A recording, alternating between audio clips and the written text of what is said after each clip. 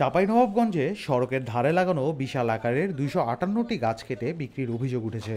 বরেন্দ্র বহুমুখী উন্নয়ন কর্তৃপক্ষ বা বিএমডি এর দাবি গাছগুলো তাদের লাগানো, কিন্তু না জানিয়ে জেলা পরিষদ গাছগুলো কেটে বিক্রি করেছে বলে অভিযোগ বিএমডিএ সংশ্লিষ্টদের।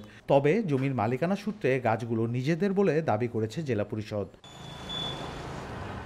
চাঁপাইনবাবগঞ্জের আমনুরা কেন্দুল সড়কের দুই ধারে 258টি গাছ টেন্ডারের মাধ্যমে বিক্রি করে জেলা পরিষদ, কিন্তু গাছগুলো নিজেদের দাবি করে কাটা বন্ধ রাখতে জেলা পরিষদকে চিঠি দেয় বরেন্দ্র বহুমুখী উন্নয়ন কর্তৃপক্ষ বিএমডিএ। তবে জেলা পরিষদ বলছে মরে যাওয়া গাছ কাটা হয়েছে।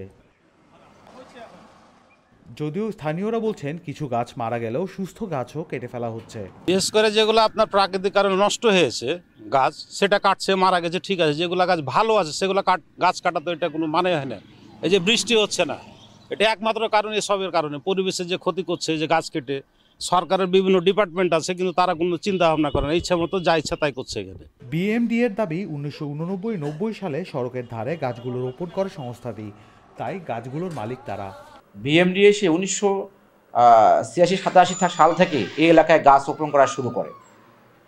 তো সেটা জেলা পরিষদের রাস্তা হতে পারে, সরকারি খাস জমি হতে পারে, সরকারি গোরস্থান হতে পারে, খালের পার হতে পারে, নদীর পার হতে পারে, পুকুরের পার হতে পারে। গাছ কিন্তু আমরা বনায়ন করে আসছি।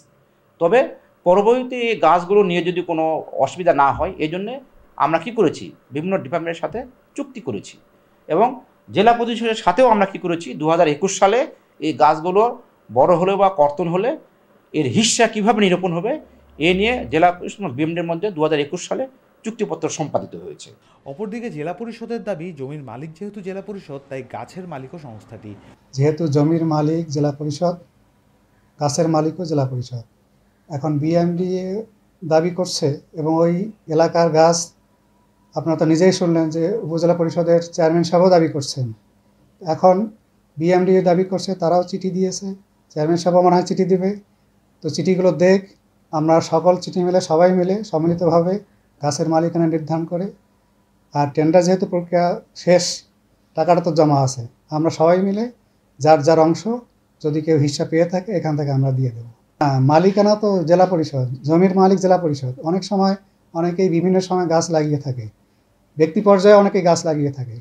এখন যদি কেউ গাছ লাগিয়ে থাকে, প্রপার ডকুমেন্টস আমাদেরকে আমরা পরবর্তী ব্যবস্থা নিয়ে নেব। এদিকে কেটে ফেলা গাছগুলো মরা গাছ বলে দাবি করেছেন জেলা পরিষদের চেয়ারম্যান। যে গাছগুলো কাটা হয়েছে সেগুলো মরা গাছ। এতে সরকারের যে রাজস্ব কমতো, এই মরা গাছগুলো কাটা হয়েছে। আর 2 বছর পরে কাটলে যে টাকাটা আমরা পেতাম তার অর্ধেকও পেতাম না। তবে বিষয়টি খতিয়ে দেখে ব্যবস্থা নেয়ার আশ্বাস দিয়েছেন জেলা প্রশাসক AKM গালিব খান। রোমান তুর্য, খবর সংযোগ।